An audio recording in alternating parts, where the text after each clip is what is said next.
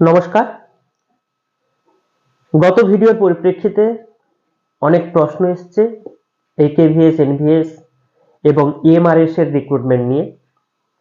আজকে সেই প্রশ্নগুলোর উত্তর যথাসাধ্য দেওয়ার চেষ্টা করব। তো প্রচুর প্রশ্ন এসছে, অনেক রিপিট এসছে, অনেকের একই প্রশ্ন, স্বাভাবিক সেটা। আবার যারা প্রশ্ন করছো না তাদেরও দেখতে অনেক উত্তর এখানে পেয়ে যাবে। প্রথম প্রশ্ন আমরা আলোচনা করি যে ইএমআরএস কোন মাসে আসতে পারে। আচ্ছা, আমাদের লোকসভাতেই মন্ত্রী বলেছেন যে পরপর 3 বছর ইএমআরএস আসবে।